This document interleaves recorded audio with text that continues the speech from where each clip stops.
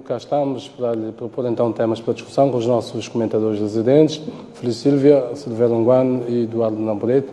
Este é o painel então que compõe o programa aos domingos. Vamos começar então por olhar para os temas da semana na ótica dos nossos comentadores, depois a seguir iremos então para a discussão dos temas que elegemos para esta noite. Começo pelo Eduardo Nambureto, escolheu como assunto da semana o 5 de julho, dia do destacamento feminino da RENAM. Bom, eu começo por agradecer a Deus pela saúde e vida e cumprimentar os colegas aqui do painel, Assis Jeremias, e aos telespectadores que nos assistem. Escolhi o dia 5 de julho como meu tema da semana, é homenagem às mulheres da resistência nacional moçambicana, porque é hoje, dia 5 de julho, que se celebra o aniversário do destacamento feminino da RENAM e da Liga Feminina da RENAM, tanto que fundada há 40 anos, estas mulheres que fizeram parte da luta pela democracia e que continuam a lutar pela consolidação da democracia no nosso país merecem toda a saudação, daí que eu apresento esta homenagem a todas as mulheres da RENAM, pela sua bravura, pela sua persistência na luta pela causa da democracia. Muito bem, o Silvério Anguano escolheu como assunto da semana dia 4 de julho, em que se assinala então a independência dos Estados Unidos da América. Também queria cumprimentar os telespectadores, cumprimentar os colegas do painel, dizer que, bom, o dia da independência dos Estados Unidos é uma data importante para os americanos, mas como um dos grandes parceiros de Moçambique, sobretudo em questões sociais, do HIV-Sida e da malária, mas também de muitas outras questões de índole cultural. Penso que os Estados Unidos sempre estará presente na memória de todos os moçambicanos, é um grande amigo de Moçambique. E tem a relação com os Estados Unidos, é aquela relação que tem conhecido os momentos altos e baixos, mas eu queria reconhecer os americanos, o apoio que o povo dos Estados Unidos tem dado a Moçambique, principalmente pensando no dia de ontem, 4 de julho, que é o dia dos Estados Unidos. Muito bem, o Feliz Sílvia escolheu como assunto da semana o encontro do Presidente da República com os partidos extraparlamentares que ocorreu esta semana. Boa noite, Jeremias. Saudar os colegas do painel e aos telespectadores. Eu escolhi como facto da semana este encontro do Presidente da República com os partidos extraparlamentares. O Presidente da República, ciente que a inclusão é um fator crucial no processo de governação, entendeu e muito bem convidar os partidos políticos extraparlamentares para uma reflexão conjunta em torno da pandemia global. No seu discurso inaugural em 2015, veio a repetir em 2020, o Presidente da República frisou que as ideias não têm cores partidárias. Daí que, desde o seu primeiro mandato, tem vindo a reunir com diversos segmentos da sociedade no sentido de fazer uma auscultação sobre as diversas fases que o país atravessa. Isto vem a deitar abaixo aquela teoria de que não há inclusão. Estes partidos não têm assento no parlamento, daí que o presidente achou por bem convidá-los para também darem aquilo que é o seu contributo em termos da prevenção da Covid-19. Acho que este é um facto que vale a pena realçar. Está de parabéns o Presidente da República. Muito bem, vamos aos assuntos que escolhemos. Hoje elegemos 3 assuntos. A palestra dada por Oscar Monteiro, por ocasião então do lançamento das festividades dos 45 anos do constitucionalismo moçambicano. Vamos falar também do debate sobre a reabertura ou não das igrejas e do resultado do inquérito soro-epidemiológico realizado pelo Ministério da Saúde em Nampula. Muito bem, vamos começar então por esta palestra do Oscar Monteiro, essencialmente a dizer que o partido no poder deve emancipar o Estado. Ele acha que, portanto, é preciso separar a dimensão política da dimensão técnica na administração pública, aquilo que comumente se designa despartidarização do Estado. Ele não usou essa terminologia. Diz, e posso citar, uma organização que fez o trabalho histórico de edificar o Estado, também saberá dar o passo de o emancipar. Fim de citação, diz que a FLIM não precisa de permanecer como cúpula do Estado, preenchendo todos os lugares, e determinando todas as decisões ao nível do Estado. E diz que, afinal, o que queria o Presidente dizer quando apelou à meritocracia no seu discurso de tomada de posse, no seu primeiro mandato. Vou começar pelo Feliz Silvia.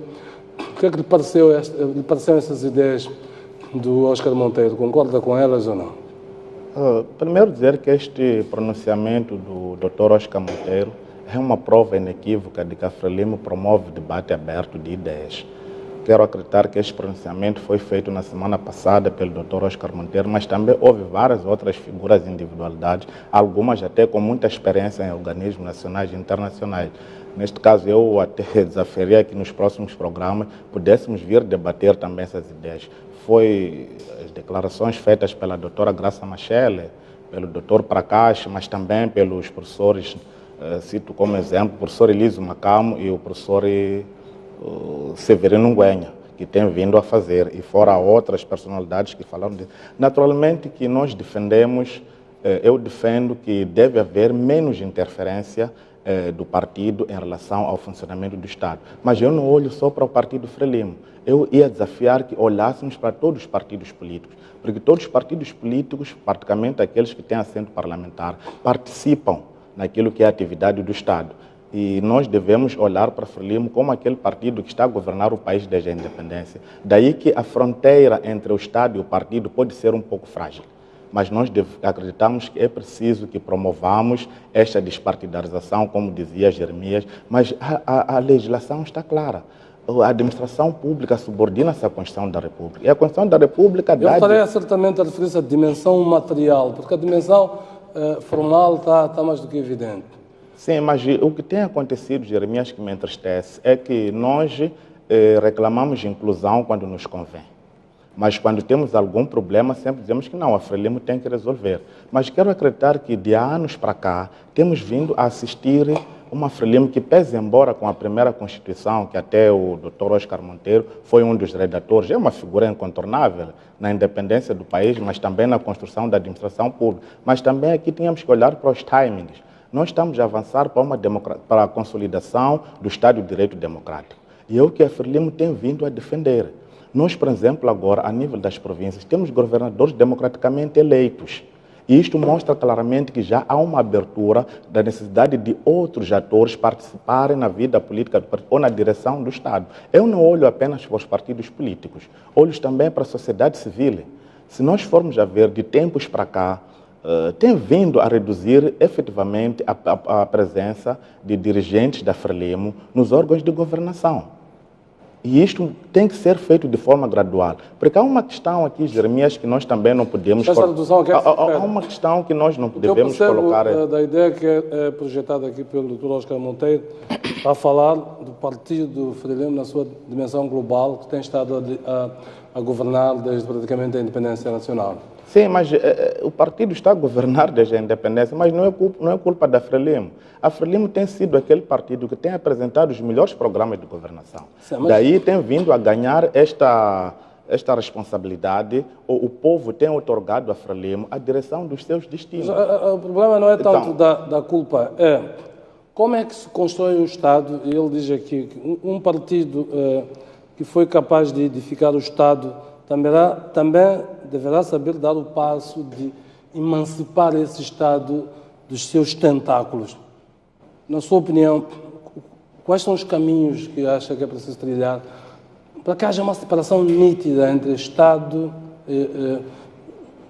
entanto que entidade que pertence a todos nós, e o Governo, que é aquele que ganha as eleições e, portanto, a nossa formula políticas e influencia o processo decisório.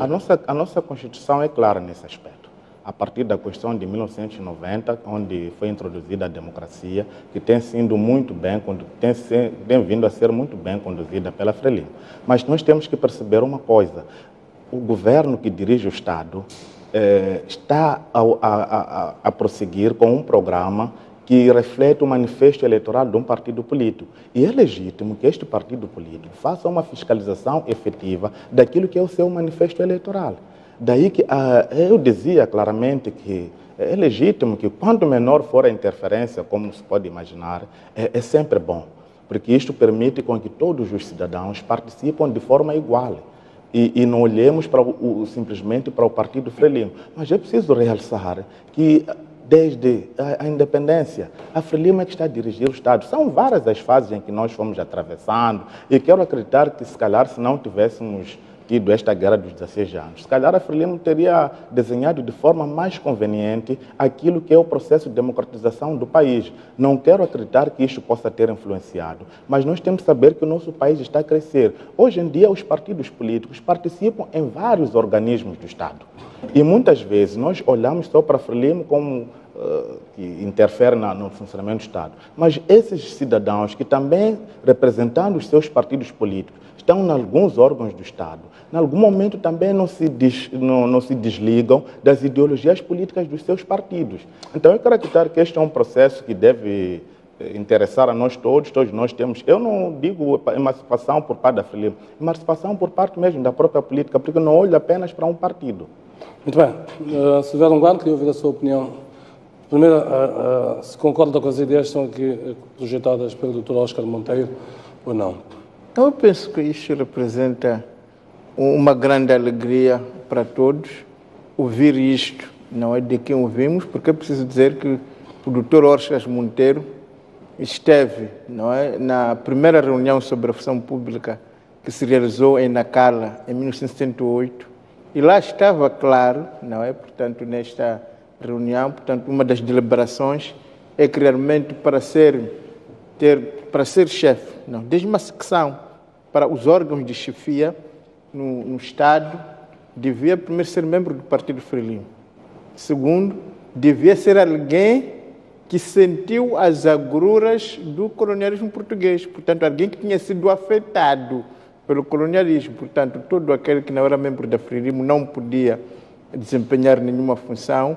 E aquele que não fosse, portanto, que fosse membro da Frelimo, mas que também tivesse beneficiado no sistema colonial, portanto, não podia. Portanto, esta volta, esta mudança, esta metanoia que ele está a fazer, portanto, metanoia, a conversão, a olhar o Estado desta maneira, eu penso que representa um grande crescimento pessoal, não é, dele, mas também, se calhar, isto é o eco de toda uma nação que está num processo de viragem, em que aqueles que têm responsabilidade, a partir do Presidente da República, os ministros, portanto, os próprios presidentes do município, que aqui estão a ser referidos, no sentido que os municípios também controlam territórios, têm algum poder, e todos nós, onde nós nos encontrarmos, que tenhamos alguma influência, portanto, está a ser lançado um reto em que possamos nos olhar nos olhos uns aos outros e rirmos. Por que eu estava a lhe excluir porque você nasceu em Cabo Delgado? Olha, por que eu estava a te excluir porque você tem uma pele mais clara que a minha? E por que eu estou a te excluir só porque você pertence a um partido diferente do meu, quando somos todos moçambicanos? Portanto, eu estou felicíssimo de ouvir e perceber que não se trata apenas de uma afirmação isolada, mas também o que estava a dizer o Feliz, a gente vê que o Presidente da República ultimamente tem se desdobrado reuniões com os partidos políticos, com os religiosos, com os reitores, um mecanismo de auscultação que antes não existia, me faz acreditar que desta de vez, que efetivamente vamos num futuro próximo vermos que a questão da governação, do dirigismo, terá que ver com a competência da pessoa. É verdade, para que as pessoas comecem a acreditar, tem que haver exemplos do topo, não é? Porque as pessoas estão todas abertas, muitas vezes estas exclusões acontecem porque alguém até queria incluir, mas ele pensa que ao excluir está a prestar serviço ao seu chefe, ao seu partido. E quando começam a existir essas vozes, que acredito que das vozes vão passar aos exemplos, porque dizem os exemplos arrastam, não é? E movem, e começarmos a ver que, portanto, na função pública estão a ser nomeados, estão a ser ocupados por pessoas que claramente são conhecidas, que não pertencem ao Partido Frelimo, ou que no município dirigido pela Renamo, que é conhecido alguém que efetivamente não, aquele indivíduo não pertence à Renamo, no MDM. Eu penso que estaremos efetivamente a caminhar para a festa da democracia, e isto vai ter consequência, é porque as pessoas vão perceber que o que vai ser importante para a sua exceção é o seu profissionalismo, é a sua competência, e não o número de vivas que der dentro daquele partido. Eu penso que isto vai fazer com que o país ganhe, mas como estava a dizer, há que passar das palavras aos atos. O próprio Presidente da República fez um discurso neste sentido, quando tomou posse, mas efetivamente já estamos no segundo mandato, de forma tímida, se calhar aconteceu, mas a gente não vimos claramente, é isto que o povo... Já vamos falar sobre isso. Deixa eu introduzir aqui o Eduardo Namoreto. Também queria ouvir se concorda com esta asserção que foi colocada aqui pelo Dr. Oscar Monteiro, da ideia de captura do Estado por parte do Partido que está no poder. Sim, eu acho que é de parabenizar esta fala do professor Oscar Monteiro. Isto revela claramente o perfil acadêmico dele. Acredito que falou mais aqui o acadêmico do que o político. Ele teve uma contribuição muito importante na costura da Constituição de 75, na altura em que o Partido Frelimo assumia para si a outorga do país, não é? Tudo o que existia no país pertencia a Frelimo, efetivamente. Inclusive, o próprio Partido Frelimo se colocava acima da Constituição. Obviamente, este processo... Era o espírito da primeira Constituição, na verdade. Exatamente, mas é preciso também percebermos que a mudança não foi uma mudança voluntária da Constituição de 90, foi dentro de um contexto de se encontrar a paz, portanto, não tendo sido uma mudança voluntária, estes princípios também não são assumidos como naturais. Daí que está a ser muito difícil este desmamentar da Frelimo, que praticamente vive do Estado. E isto é bastante visível. Quando falamos de eleições, estamos a ver o Partido Frelimo que faz uso do Estado para as suas atividades, faz uso da polícia para... Portanto, esta mudança que deve acontecer, que o professor Oscar Monteiro está a sugerir, existe esta consciência, mas está a ser difícil dela ser operacionalizada. O mesmo que uma criança não deixa voluntariamente de mamar. Portanto, a mãe tem que fazer todas as manobras para que ela deixe de mamar e comece a comer papinhas. Portanto, eu acredito que, vindo de quem veio esta fala, o professor Oscar Monteiro é uma pessoa autorizada, quer do seu ponto de vista acadêmico, quer do seu ponto de vista político, que ele acompanhou todo o processo, e quando ele apresenta esta preocupação, esta proposta, é porque, de facto, percebe que isto trava o avanço do país. E devo aqui dizer que não é, efetivamente, um novo debate. Eu me recordo ainda durante as negociações na Joaquim Chissano, este era um dos pontos de agenda, a despartidarização do Estado. Mas houve muita resistência por parte do Partido Frelimo em colocar este ponto como ponto a ser acordado. Porque desde essa altura, o presidente Afonso Dhlakama, um dos pontos que ele sempre exigiu que devesse ser resolvido era a questão da partidarização do Estado. E isto nunca aconteceu. Efetivamente, a Assembleia da República tem que chamar a si esta responsabilidade, porque enquanto isto não for resolvido, nós teremos um Estado que, pela sua Constituição, acabará sempre mantendo este país, de certa forma, dividido entre os que pertencem a Frelimo e os que não pertencem a Frelimo. Se o Estado pertence, ou se o Partido Frelimo assume que ela é proprietária do Estado moçambicano, certamente todos que não fazem parte da Frelimo serão excluídos neste processo. É daí que nós, quando olhamos para as instituições do Estado, estão todas elas preenchidas por pessoas que estão ligadas ao Partido Frelimo. E casos extremamente raros, eu não tenho nenhum para mostrar, porque são mesmo extremamente raros, em que temos figuras que não sejam do Partido Frelimo a dirigir instituições do Estado. E onde se identificar alguém que esteja a dirigir uma instituição do Estado como sendo associado ou militante da Renamo ou de um outro partido da oposição, a vida dele nessa instituição será muito curta. Portanto, nós continuamos a viver, de certa maneira, o espírito de 1975, só que um pouco mais suavizado, porque agora temos eleições, a comunidade internacional está do olho, falamos dos direitos humanos, falamos de democracia, mas ainda não se levou a peito a necessidade de efetivamente nos convertermos num Estado democrático, diferente daquele construído em 75.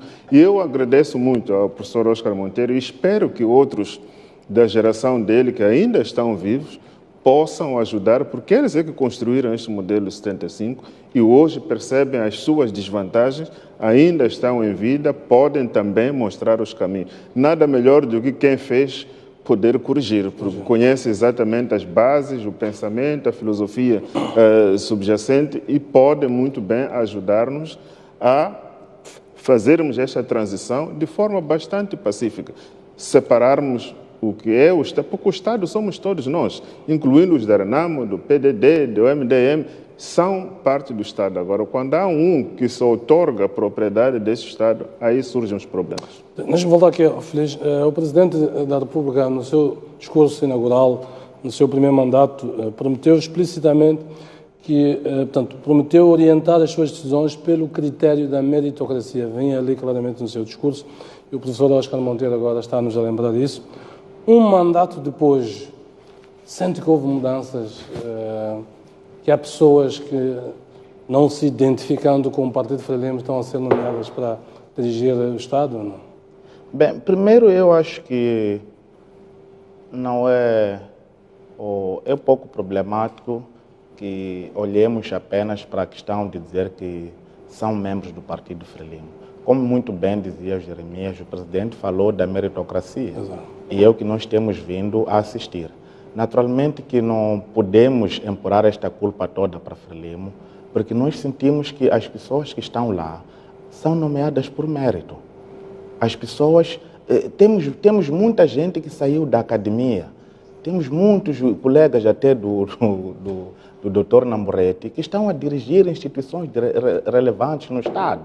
São pessoas que durante o percurso da sua vida foram mostrando a capacidade que têm, mas também há pessoas que precisam de chegar lá para poderem mostrar o mérito que têm. Eu penso que não há uma fórmula que nós encontramos de definir que este tem mérito, pode ir lá. O mérito muitas vezes nós conseguimos ver o mérito da pessoa quando está a dirigir. O presidente Nyusi, quando tomou posse em 2015, nós até ficamos assustados. Nós vimos muitos quadros que foram buscados na academia, em outros na sociedade civil, aí para virem se juntar. Eu devia dar exemplos para a gente ficar esclarecido. Não, temos a questão, por exemplo, vou citar um exemplo, eu falava dos colegas do Dr. Namoretti, o Dr. Omar Mitá. Em nenhum momento houve muita clareza de que ele é membro da Frelimo. Até pode ser, porque a Frelimo é um partido que tem membros, mas nós não podemos tirar o mérito só porque a pessoa é membro da Frelimo. E também não podemos dizer que as pessoas têm que chegar ao poder apenas porque são membros de um partido político. Nós temos aqui, por exemplo, o presidente do Instituto de Comunicação Social, né? Desculpe a expressão, o doutor Tomás Vieira Mário. Conselho Superior da Comunicação Conselho Superior de Comunicação Social. Vem da sociedade civil, está ali a dirigir uma instituição bastante relevante para a comunicação num Estado de direito democrático. Então eu quero acreditar que é preciso, acredito claramente, como foi aqui dito, os colegas foram unânimes em afirmar que nós já estamos a caminhar para esta situação de espalhação do partido.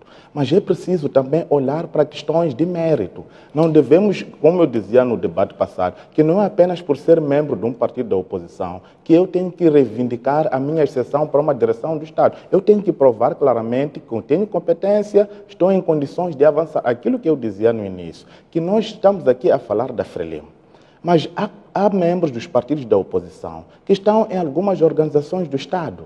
mas quando chegam lá, até perdem a postura do Estado. Eu vou falar, por exemplo, durante a primeira sessão da Assembleia da República, este mandato, a Renamo os partidos da oposição insistiram tanto que devia haver eleições para a substituição dos membros da CNE. E nós sabemos por quê. Porque acham que aqueles membros, cumprindo aquilo que é o sentido de Estado, podem não ter favorecido os seus partidos políticos. Então, são essas questões que nós temos que analisar.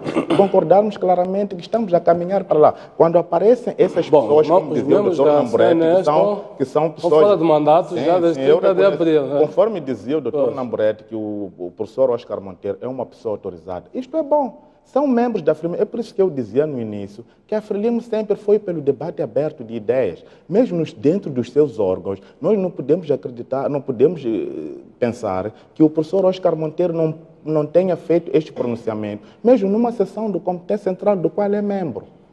Muito bem, deixa eu ouvir o Silvério Nguano. Eu perguntava se a promessa que o Presidente fez no seu primeiro mandato de orientar as suas decisões pelo critério da meritocracia, se já há uma mudança significativa nesse sentido ou não?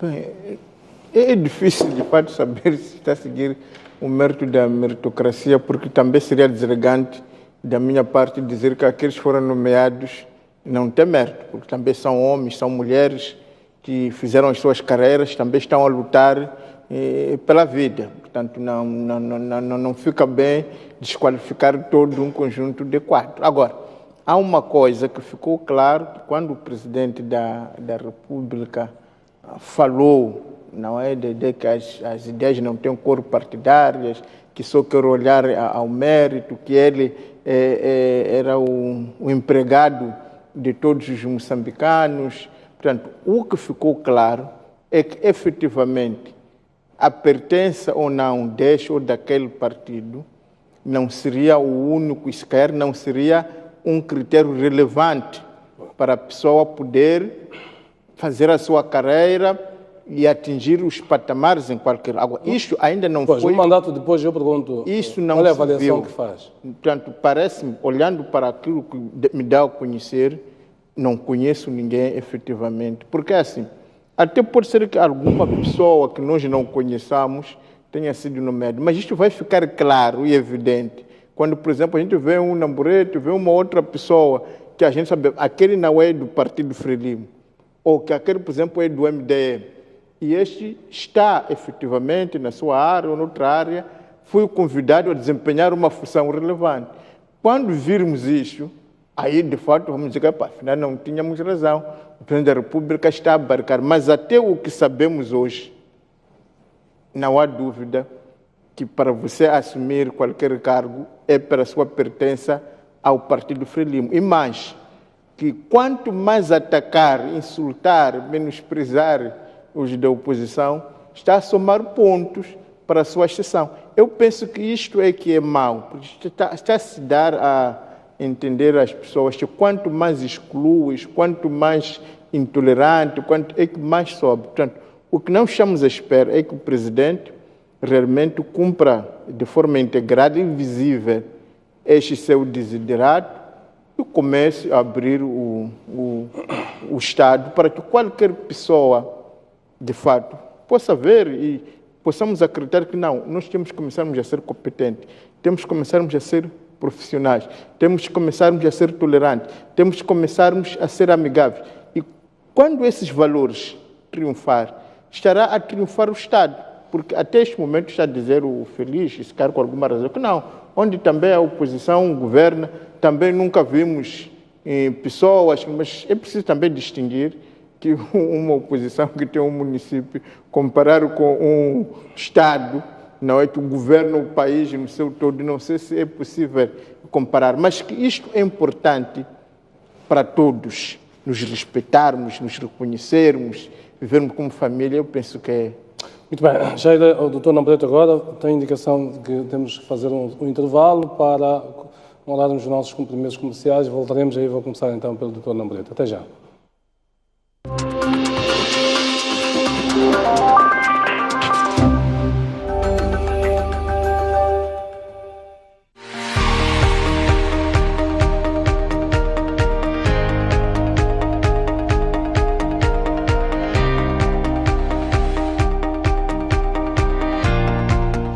paixão pela engenharia e ciências surgiu na minha infância, porque eu morei num bairro onde nos arredores estavam a acontecer obras de construção, de desenvolvimento do quarteirão e expansão do bairro.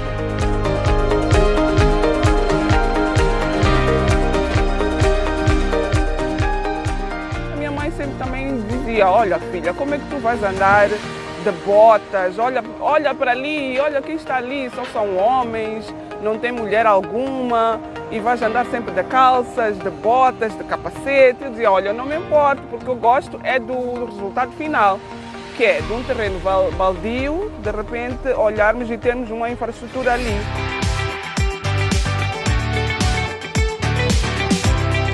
Eu já na altura em que estava no ensino secundário, gostei sempre de fazer da área de desenho, sempre gostei de desenho. A minha primeira aposta foi a arquitetura, porque é algo onde o desenho é mais patente em relação ao civil, que são mais cálculos. Mas em conversa com a minha mãe, análise de mercado, vimos que era melhor que eu seguisse a área de engenharia civil. Isso porque era a área que oferecia mais opções de emprego em relação à arquitetura. Então daí que surgiu a minha opção em fazer engenharia civil. Consegui entrar para o Porto de Maputo, é onde estou até hoje, e é o meu primeiro emprego e até hoje estou aqui. Entrei para o Porto em 2012. Dos trabalhos que a gente tem feito é gestão de obra, que é controle de qualidade,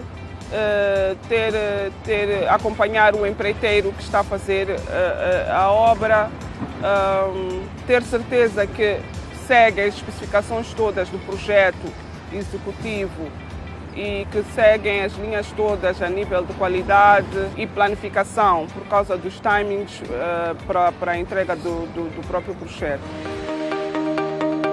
Eu não me arrependo da profissão que escolhi, muito pelo contrário.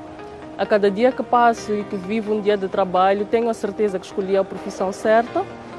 Existe sim muito machismo, algum preconceito. Primeiro porque é uma mulher entre vários homens a trabalhar. Segundo, é alguém mais nova, infelizmente, feliz ou infelizmente, estatura média, em algum momento cria uma certa barreira em termos de confiança para o próprio empreiteiro ou a pessoa ou as pessoas que estão à nossa volta a trabalhar conosco. Mas é um desafio bom, consigo superar isso, dou sempre o meu melhor no sentido de elucidar aos meus colegas, as pessoas que estão à minha volta, que é possível também uma mulher estar integrada na área de engenharia civil e fazer as mesmas coisas que um homem faz. Essa experiência foi boa, principalmente para conseguir perceber no terreno do que é estar a trabalhar numa empresa ou numa área em que a maioria são homens.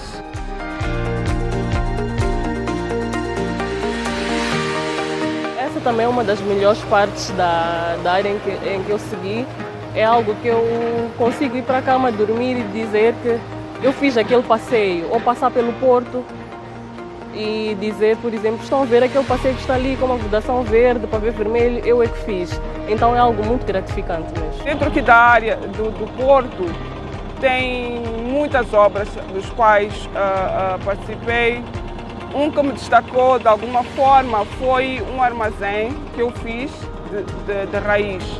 E daí que eu motivo as mulheres a estarem mais envolvidas, mais entregues na parte das ciências, porque o desenvolvimento do país também precisa da mão mulher. E sou do princípio de que se a mulher é o foco para gerar uma família, também pode gerar um país.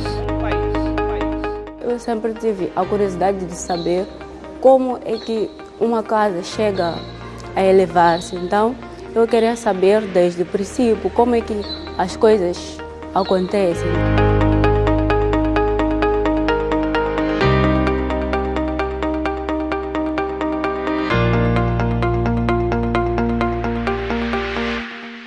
Linha Aberta, De segunda a sexta-feira, Orlando Macuacua abre as linhas telefónicas e dá voz aos telespectadores num jornalismo de proximidade, atento aos problemas do dia a dia.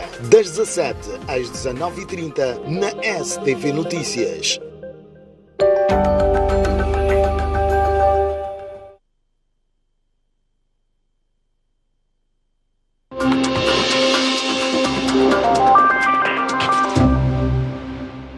Estamos já na segunda parte deste Pontos de Vista. Falávamos ainda do primeiro tema e perguntava, já estava a passar para o Dr. Namoreto, perguntava-lhe sobre se sentia que o desafio que o Presidente se colocou a si próprio, mais que desafio, a promessa de nomear as pessoas com base na meritocracia, se era uma realidade ou não, passado um mandato. Bom, eu acho que da vontade à realidade há uma distância. Eventualmente, o Presidente da República pode estar a encontrar algumas dificuldades para poder implementar na linha daquilo que ele propôs no seu discurso inaugural. Porque, efetivamente, indicar pessoas com base na meritocracia é preciso ver o percurso da pessoa. Quer dizer, tem que ter credenciais que não são discutíveis, que não haja dúvida se, de facto, esta pessoa tem a competência necessária, as competências necessárias para assumir um determinado cargo. Como dizia o meu colega Aronguan, também não vou indicar nomes porque não é de bom tom desqualificar não é ético, outras pessoas, não é ético, mas efetivamente nós temos assistido que algumas pessoas que estão neste momento a ocupar cargos governativos têm dificuldades muito básicas de conhecimento das áreas que dirigem, o que torna duvidoso se de facto o processo da escolha daquela pessoa foi com base no tal critério de meritocracia. E em relação à partidarização, eu, em vez de dizer que as pessoas que o meu colega Feliz indicou como exemplos de despartidarização, eu não iria ir nessa linha de mencionar pessoas que estão no governo por não ser da Frelimo.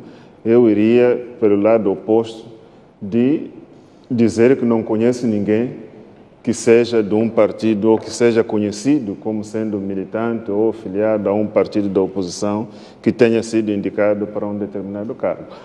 Claramente, ao dizer isso, estou a dizer que as pessoas que mencionou arriscaria a dizer que não pertencem aos partidos da oposição. Não quero dizer que pertencem ao partido Frelimo, porque não me deram esta credencial para eu falar em seu nome, mas posso lhe garantir que não são de nenhum partido da oposição. Portanto, nós não podemos continuar a nos escondermos ou procurarmos artimanhas para fugirmos deste debate. É preciso assumirmos que este é um problema que este país tem.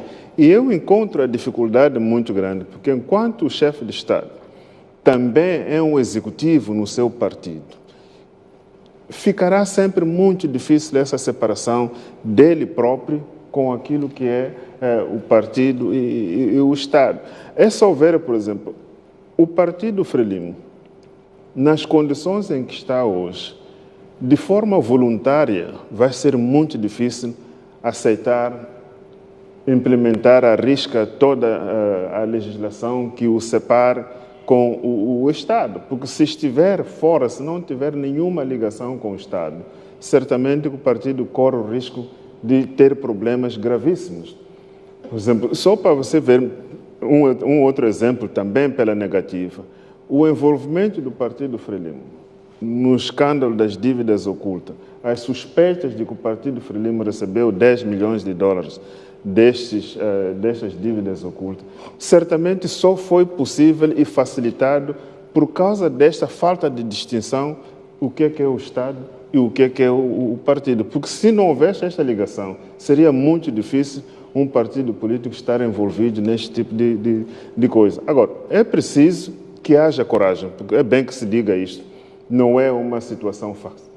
É preciso haver coragem da pessoa que tem que tomar estes posicionamentos. Coragem no sentido de que internamente sofrerá críticas, sofrerá pressões, mas se ele acredita que este é o caminho que deve seguir, não deve olhar para essas pressões, não deve olhar para essas críticas. Ele tem que avançar porque tem responsabilidades. Acima do partido está o Estado moçambicano. E o presidente da República, quando é chefe do Estado, ele não representa o partido Frelimo. Ele representa a todos os moçambicanos e a sua ação tem que ser nesse espírito, não no sentido de ouvir o que os meus camaradas me dizem ou as críticas que estou a receber dentro do partido, mas agir em conformidade com aquilo que ele acredita ser a melhor coisa para o país. Vamos avançar. Desculpe, Jeremias, se calhar só para esclarecer uma zona de penumbra. Em nenhum momento foi dito aqui que os exemplos que eu trouxe são de alguns partidos políticos, são pessoas que eu disse que vêm da academia, vêm da sociedade civil. É aquilo que eu sempre disse, que para se ascender na direção do Estado, não é apenas por ser membro de um partido político. Nós temos que compreender isto, que os partidos políticos têm a sua dinâmica no seu funcionamento, que podem efetivamente promover os seus quadros para a direção do Estado. E essa questão que dizia o meu irmão aqui, o Ronguani, que temos que olhar para a dimensão do Estado, não do município. Será que o presidente Davis Simango, no dia que for presidente da República, há de abandonar aquelas práticas? É uma pergunta que eu faço. Aquelas mesmo que dizia que nós não podemos negar que os partidos que dirigem municípios tenham apenas dentro do seu quadro do pessoal pessoas do seu partido político. É preciso nós promovermos esta união de ideias que está sendo muito bem defendida. Eu muitas vezes sou desafiado a trazer exemplos. Eu, em algum momento, começo a ver, tenho que trazer exemplos ou não. Porque eu acredito que os meus colegas do painel, mais do que eu, têm melhor informação. Então, quero acreditar que esta questão da despartização do partido é uma tarefa de todos nós. A Constituição está clara, está ali, e há ações que estão em curso. O que nós devemos fazer é continuarmos a acarinhar e desafiar para que isto, efetivamente, encontre o seu melhor caminho. O município, para começar, não é só o município da Beira.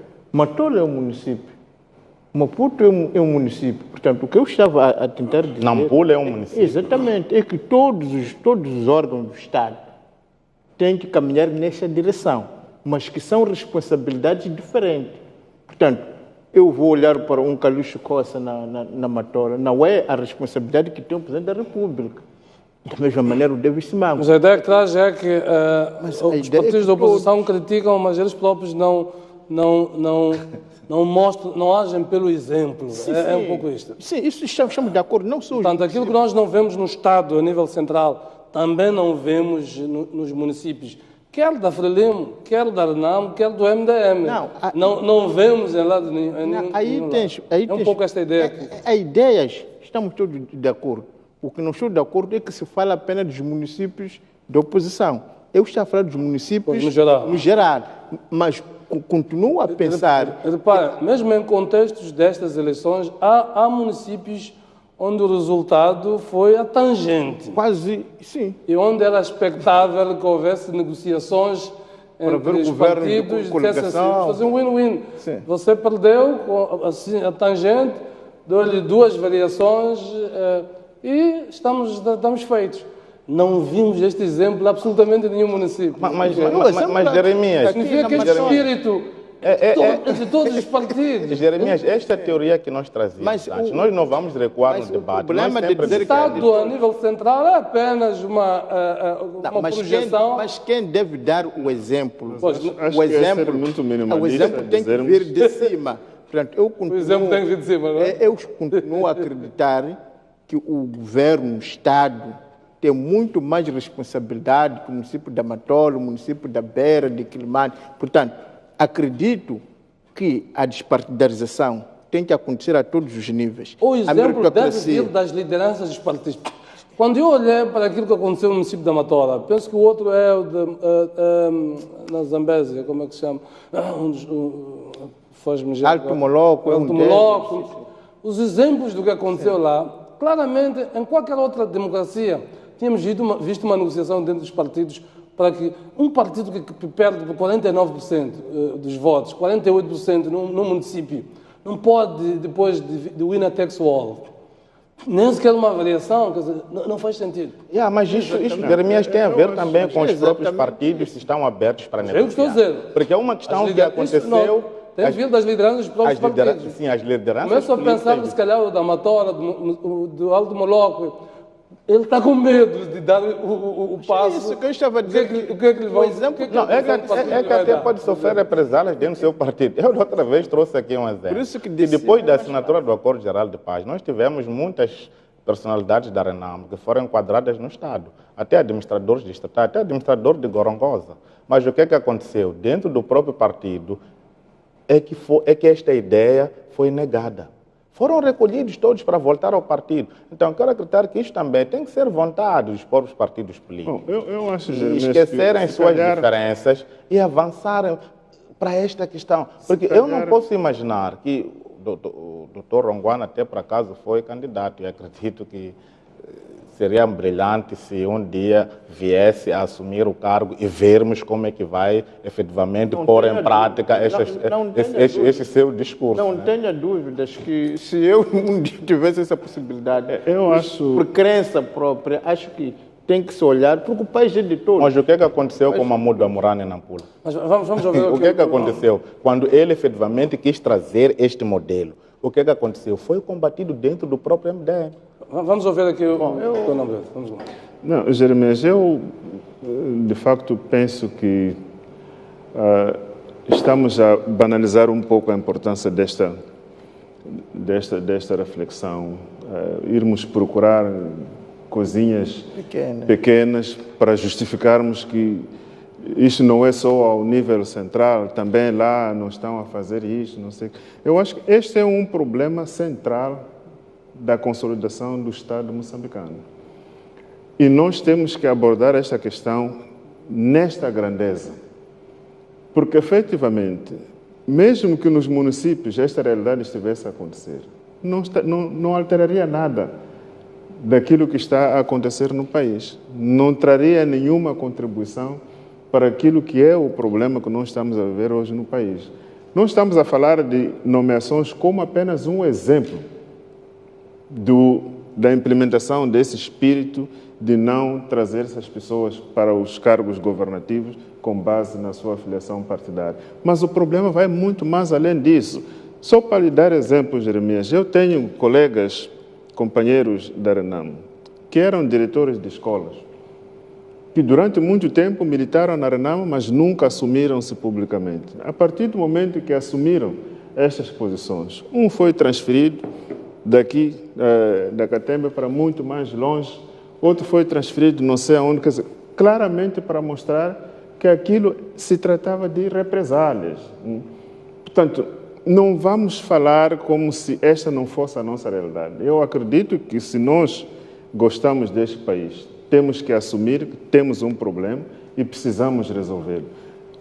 Falávamos daquilo que o professor Oscar Monteiro disse, e muito bem ele falou, e demos as nossas felicitações, que é um passo muito grande que ele deu. E certamente a idade dele lhe permite dizer o que ele pensa, a experiência dele, o perfil que ele tem. Pois. E muitos outros, eu acredito, dentro da própria Frelimo, comungam com as mesmas ideias de que é tempo. E eles têm a responsabilidade, mas porque eles é que criaram. Publicamente. Não, mas... Uns assumem, outros não assumem, porque a responsabilidade que eles têm é que este modelo eles é que o criaram. E têm essa responsabilidade agora de criar as bases também para a alteração desta situação. E eu, repito, foi com muita satisfação que eu ouvi o professor Oscar Monteiro a falar sobre isso. Ouvi também, em algum momento, o general Jacinto Veloso a falar numa outra perspectiva, mas também na necessidade de se corrigir algumas questões que, no tempo, dentro daquele contexto, foram mal feitas. Eu acho que é nesta direção que o debate nacional tem que seguir, e não no sentido de que não, os outros também não fazem. Por isso que nós estamos a fazer. Não, há quem tem responsabilidade de dar o passo e conduzir o barco para frente. A Assembleia da República está lá, nós podemos apresentar a proposta para legislar sobre a despartidização do Estado. O partido que tem a maioria no Parlamento vai recusar porque não incorporou ainda este espírito e esta necessidade de que é preciso mudarmos a forma como o Estado moçambicano funciona. E a RENAM já apresentou estas propostas em debate, em discussões nunca teve este acarinhamento para que efetivamente pudéssemos avançar. Esta é uma daquelas situações que eventualmente o exemplo devesse vir de baixo. Honestamente. Dificilmente consegue volto a dizer resultado. que Dificilmente consegue eu achei resultado. inexplicável aquilo que aconteceu em vários municípios. O da Matola. E eu me pergunto, faz sentido na Matola a RNAM não ter variações? Até porque tinha capacidade de condicionar o voto. Sozinho a Frelimo não tomava. Quando digo que de baixo é difícil esperar resultados, Jeremias, eu vou lhe dar o exemplo. Por exemplo, o município aqui de não era Quilimano. uma questão de vontade só, era uma questão mais o município de Quilimano, o município de Nacá, nem todas as pessoas que estão a trabalhar na governação do município são da RNAM. Portanto, há uma questão que eu frisei e volto a repetir. Eu disse, quanto menor for a interferência do partido na direção do Estado, isto é muito bom. E é o que nós temos vindo a assistir de forma gradual, porque nós já tivemos esta situação do partido dirigir a Frelimo como uma questão formal, era uma questão mesmo da Constituição. Não, estava na Constituição então, de 1975. vai decrescendo aos poucos. Mas materialmente mudou alguma coisa desde 75 para hoje? Materialmente? Eu não sei se há dúvidas. Não sei se vamos ficar na dúvida. Vamos avançar. Vamos avançar para o segundo tema. É interessante. Moçambique, por exemplo, é o campeão na emancipação da mulher para o Estado, nas questões do racismo, não é, de cor, na questão tribal, no sentido. Então, se nós fomos capazes de avançar em essas coisas muito mais difíceis e profundas, eu não percebo por que não estamos a dar o passo numa coisa tão simples que é uma questão ideológica, que até a pessoa muda ao longo do tempo. Vamos avançar para outro tema. Esta semana o Presidente da República recebeu os líderes das confissões religiosas que foram pedir ao Presidente para autorizar então a reabertura das igrejas para a retomada dos cultos. Vou começar aqui pelo Eduardo Namborete. Abrir ou não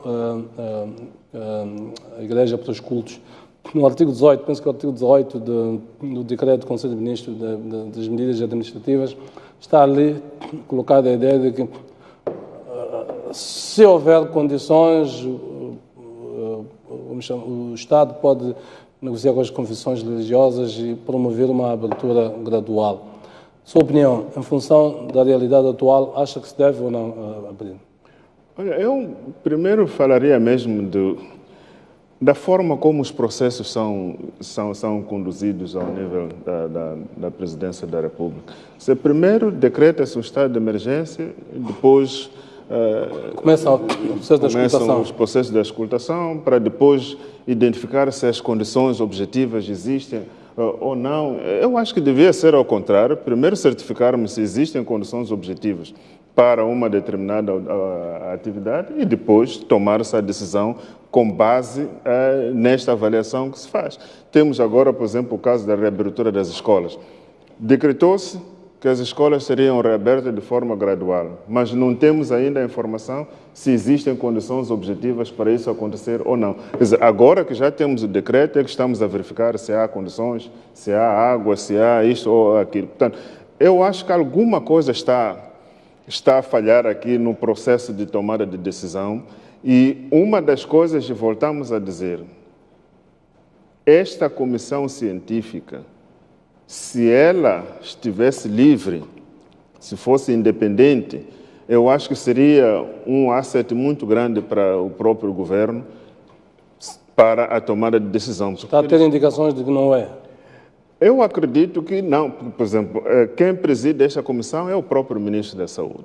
Portanto, só o fato dele dirigir este órgão limita, de alguma maneira, o pensamento mais independente dentro daquele grupo. Eu acredito que se eles estivessem a trabalhar de forma isolada, de forma independente, poderiam fornecer sem muitas dificuldades aquilo que é, de facto, o objetivo. Veja, por exemplo, só para dar um exemplo da incongruência de algumas coisas, a forma como elas vão acontecendo. O decreto presidencial, que foi ratificado pela Assembleia da República, por exemplo, ele já retira a limitação para a realização de funerais. Portanto, já não há limitação para a realização de funerais. Entretanto, o decreto do Conselho de Ministros mantém limitações para a realização de funerais. Portanto, 20 pessoas, até 20 pessoas ou 10 se forem pessoas... Mas só que o decreto presidencial exclui os funerais dessas limitações. Portanto, se nós vamos abrir as escolas, as bibliotecas, os museus, os restaurantes, que são locais também de concentração de grande número de pessoas, por que não, então, as igrejas? Estaremos aqui a querer dizer que as pessoas que vão para as igrejas são irresponsáveis? Os que vão para os restaurantes, os que vão para os museus, são mais responsáveis do que aqueles que vão para as igrejas? Por que esta preocupação de deferir a decisão para o retorno aos cultos nas igrejas não foi também colocado nos mesmos termos da reabertura das escolas? Obviamente que aqui há alguma contradição do objetivo que se pretende alcançar. Poderia-se também ter dito, olha, é permitido, é reaberto agora a prática dos cultos religiosos dentro das igrejas, das mesquitas, observando-se estes limites. Mas neste caso aqui não está nem sequer permitido. Está ainda a guardar a avaliação posterior que deve ser feita e já não se faz nenhuma avaliação em relação aos museus, aos restaurantes e tudo isso. Então, alguma coisa está a falhar aqui na forma como os aconselhamentos estão a chegar e a forma como as decisões estão a ser tomadas. Bom, eu penso que esta é das decisões mais difíceis que um governo, um chefe do Estado tomaria, não é? E tem que tomar, porque... Mais difícil do que autorizar, por exemplo, crianças a voltarem à escola? Não, eu estou a dizer que as decisões no contexto todo, exato, são as mais difíceis que tem que se tomar. Portanto, percebe-se, não é? E até compreende-se algumas incongruências que foram aqui ditas. Portanto, se trata de decisões de ânimo leve, são decisões com uma carga de emotividade, de dificuldade de análise, de informação. Portanto, eu percebo que realmente é difícil o que está aqui em causa. Agora, também é importante dizer, quando estávamos a limitar as atividades, houve um grande consenso. Eu gostaria de apelar que, se calhar, trabalhassem para continuarmos esse espírito que tínhamos do consenso, de que hoje se fecha isso, porque não houve muita confusão quando se fechava uma fronteira, por exemplo, quando se fechavam as escolas, quando se fechavam as igrejas. E agora que é para reabrir, já está a haver muita celeuma. E é preciso dizer que mesmo em outros países a discussão é tremenda. Portanto, para dizer que, de fato, são decisões difíceis de tomar. Agora, no que concerne à questão das igrejas, há dois aspectos que jogam a favor das igrejas. O primeiro é que as igrejas são espaços muito maiores que as salas de aula. Portanto, isso joga a favor da abertura das igrejas. O segundo é que é de caráter, portanto, livre. Voluntário. Voluntário. É diferente, por exemplo, na escola. Se se abre, não é? E você não participa, vão te marcar faltas, vai chumbar. Se são 60 alunos, tem de ir os 60. Exatamente. Ao contrário, nas igrejas, pode-se mudar os dias do culto, pode ser todos os dias, pode ser todas as horas. A ida é voluntária. Aquela pessoa que estiver em casa, fazer as contas, achar que não, nos seus conceitos, portanto, de risco, é arriscado ir, pode rezar em casa. Portanto, há várias formas. Portanto, parece-me que há muitos argumentos que voltam a favor, efetivamente, da abertura das igrejas. Agora, há de haver outro tipo também de situações, porque num país com muitas igrejas, com muitos ritos, eu vou dar exemplo da religião tradicional africana, porque quando nós estamos a pensar nas igrejas, só pensamos nas igrejas cristãs, nas igrejas, mas não estamos a pensar nas igrejas tradicionais, portanto, nos rituais tradicionais, que também é uma religião de fé. Exatamente, em que, para além da voz que se usa muito nas religiões cristãs, na religião muçulmana para a comunicação, mas também o toque é muito presente nos rituais, por exemplo, da religião tradicional. Passa por... Então, concluindo, para dizer que são decisões muito difíceis, mas olhando a esta conversa que está a existir entre a igreja e o governo, eu sou otimista que o bom senso vai prevalecer e que efetivamente vai se perceber que as igrejas têm a mesma dignidade que as outras instituições e que podem, dentro de um quadro, algumas instituições, podem perfeitamente também ser abertas. Bem, tal como as igrejas, há necessidade de abrirem, eu olho também para os teatros, os cinemas, os próprios tribunais, mas temos que ter capacidade de saber esperar e avaliar os resultados de forma gradual. Na comunicação que o Presidente da República fez à nação, disse que durante os 30 dias vamos vendo os resultados e algumas medidas podem ser relaxadas ou então podem ser, as que já foram relaxadas, neste caso que é o retorno às aulas, ao sistema de ensino presencial, podem de novo serem, dependendo daquilo que vão ser os resultados que nós vamos observar. A igreja desempenha um papel fundamental na sociedade, para a moralização da própria sociedade, para em diante. Mas também temos que saber que não é com a abertura das aulas, porque isso é espécie, as aulas já abriram, nós também temos que abrir. Não é só a igreja, depois vem aí as barracas, depois vem o desporto, depois vem isto. É preciso, como disse o Presidente da República, temos que avaliar os resultados e de forma gradual. E eu quero acreditar que parte significativa dos crentes que frequentam os locais de culto são idosos. E nós sabemos que esta pandemia é muito grave para pessoas idosas. Temos que proteger os idosos. Eu concordo plenamente e antes mesmo deste encontro entre os religiosos e o Presidente da República, houve um encontro antes entre a Ministra dos Assuntos Constitucionais da Justiça e Religiosos, teve um encontro para dizer que já há um trabalho que está sendo desenvolvido, tal como aconteceu com a questão da educação. Nós podemos olhar para a reabertura das aulas como coisa que foi comunicada naquele dia, mas já antes vinha-se fazendo um estudo do que é necessário para nós abrirmos as aulas. E eu fico triste quando olho... Tudo isso aparentemente que ainda não terminou, porque a ministra ainda não tem datas para... Naturalmente, que é um estudo interministerial, não cabe só ao Ministério da Educação. Mas nós também temos que compreender que a reabertura das aulas...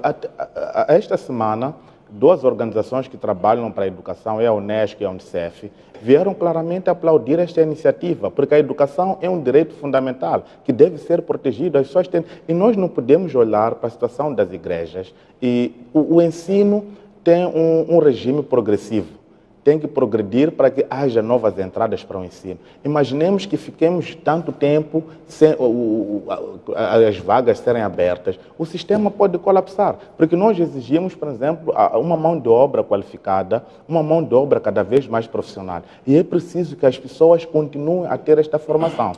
Só para sintetizar, qual é, em síntese, a sua ideia? Abrir ou não abrir as igrejas? Eu apelo que continue o diálogo e se encontre um melhor momento em que as igrejas podem efetivamente abrir, olhando para todos esses pressupostos que nós fomos aqui elencando. Uma ideia politicamente muito confortável, Feliz.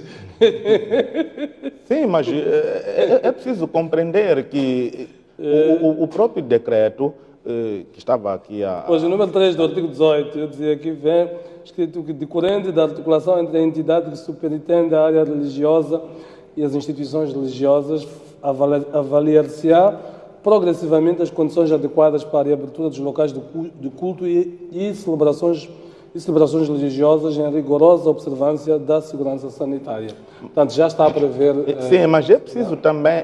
Eu penso que também esta é uma oportunidade que temos de reorganizar este setor. Porque nós sabemos que a questão da religião, em algum momento, constitui uma preocupação, uma ameaça até para a própria saúde pública. Nós sabemos que há igrejas que vão propalando por aí, que curam esta e aquela doença, que até obrigam os seus crentes a abdicarem da medicação científica, cientes de que eles vão curar. Então, essas igrejas, se abrirem neste período da Covid-19, será que vão ajudar a contenção das infecções? Então, é uma questão que, da mesma forma como está-se a reorganizar. Não abrir. Não, da mesma forma que está-se a reorganizar, é preciso encontrar um melhor momento. Da mesma forma que estamos a reorganizar o setor do comércio, também podemos reorganizar o setor, este setor. Eu não estou a contradizer, estou só a perguntar qual é a sua ideia? Abrir ou não? Eu disse claramente, Jeremias, que a igreja é fundamental na sociedade. Há pessoas que encontram Então deve abrir já? Não deve abrir já. Okay. É por isso que houve este encontro. Eu dizia aqui que antes houve um encontro entre a ministra e as instituições religiosas. Agora foi um encontro com o presidente. E essas consultas são salutares, porque promovem a participação pública na tomada de decisões. Sim, mas... Eu acho, Jeremias, que o erro neste processo é primeiro tomar a decisão e depois querer conversar. O lógico seria fazer essas concertações, não é? Essas reuniões, e chegar-se a uma conclusão. E o decreto, em vez de dizer... Vamos ver, em termos jurídicos, de facto, esta estipulação não quer dizer nada, porque pode ficar lá ad eterno. Poderia-se muito bem ter-se feito essas consultas e chegar à conclusão, olha, em que moldes é que as igrejas podem abrir? Quais são os limites? Estabelecemos, olha, se a capacidade é de 100, é para permitirmos apenas que vá até 50. Alguma coisa como isso. E o decreto traria coisas objetivas. E não da forma como... Vamos ao último ponto, já não temos muito tempo, acabamos ocupando o primeiro ponto, ocupando-nos muito tempo. Tem a ver com o relatório epidemiológico do Ministério da Saúde que foi feito em Nampula, que mostra um quadro muito preocupante. Todos os bairros da cidade de Nampula têm casos de transmissão de coronavírus e, em particular, os mercados estão muito expostos. O que é que acham que se deve fazer com Nampula, em particular com este nível crescente de casos? O Colo da África do Sul teve nos últimos 2 dias 10.000 casos por dia em média, só nos últimos 2 dias. Os Estados Unidos teve 45.000 num único dia só. Ou seja, os riscos ainda estão ali bem evidentes. O que é que acha que se deve fazer com Nampula? Doutor Longuardo, começo por você dessa vez. Bom, muito rapidamente. Eu penso que não devemos só falar de Nampula. Não, Nampula, caso específico, tem este quadro de transmissão comunitária e tem esta... Onde foi feito... E que mereceu este destaque até por parte do próprio Ministério da Saúde. Eu compreendo, mas eu estava a dizer que se calhar o termo correto não deve... O que é que temos que fazer em Nampula? O que é que devemos fazer onde o quadro apresente esta situação? Exatamente, só por causa de sensibilidades que podemos ferir, não é? Portanto, eu penso que não há muito que se possa fazer, senão que devemos agravar aquelas que são as medidas que já foram anunciadas, do uso, por exemplo, da máscara, tem que ser um uso, portanto, universal. A possibilidade de isolar... Penso que isso também já foi referido, por exemplo, a cidade está mal, mas Nampula também é uma das províncias com uma densidade populacional muito grande. Um corredor. Se calhar é importante haver cerca sanitária à cidade para que não replique-se nos outros distritos, não só de Nampula, mas também de outras províncias. Penso que em todo o sítio onde isto acontece, a questão da cerca sanitária, do uso da máscara, do distanciamento, da lavagem das mãos, são coisas muito importantes que queremos ver. Muito bem. Feliz, Silvia? É muito preocupante. Nós sabemos que a província de Nampula, em termos de densidade populacional, apresenta o maior número de pessoas no país. Mas é importante, esse estudo foi feito porque vai ajudar as autoridades na tomada de decisões, melhores decisões. Eu não ia falar aqui do cerco sanitário localizado, porque nós não sabemos quais são os impactos que podem vir deste cerco sanitário localizado. Nós sabemos que em Nampula temos alguns bairros, eu falo de Natiquiri e Namtequeli, são os bairros que apresentam maior focos de infecção pela doença. O que tem que acontecer, as autoridades têm que intensificar o trabalho naqueles setores. E nós sabemos que os locais com maior foco de transmissão são os mercados. Daí que houve esta orientação que os mercados, os municípios e os governos locais têm que trabalhar na reorganização dos mercados para evitar, para permitir o distanciamento social e físico. E isto é uma forma que pode se encontrar. Mesmo a Associação dos Municípios, o presidente da Associação dos Municípios esteve em Nampula e foi incisivo em dizer que tem que se reorganizar o setor informal, porque essas infecções ocorrem na sua maioria nos mercados. Mas eu não quero acreditar que a cerca sanitária, se calhar, seria a saída. Pode acontecer, não temos noção dos impactos que isso pode trazer. Mas também há esta questão de mobilidade interna, que nós falamos daquilo aí nos outros debates. Porque o decreto fala da necessidade da limitação da mobilidade interna. Então, quero acreditar que, tendo esse estudo feito, não apenas vai servir para Nampula, mas também vai servir para outros cantos do país, onde estamos a caminhar para a transmissão comunitária. Bem, doutor Onguan, Nambrete? O que está a acontecer neste momento em Nampula não é de todo surpreendente. Depois da eclosão da Covid-19 em Cabo Delgado, era quase que esperado que Nampula seria o próximo sítio. E, infelizmente, nós temos estado sempre a correr atrás do prejuízo, temos estado a ser reativos e não tomamos iniciativas que visem prevenir que as coisas aconteçam. Hoje é Nampula, certamente que daqui a pouco tempo vamos ouvir falar de Zambésia, depois vamos ouvir falar de Niassa. No caso de Nampula, qual é a abordagem que sugere? Estamos mesmo em cima da hora.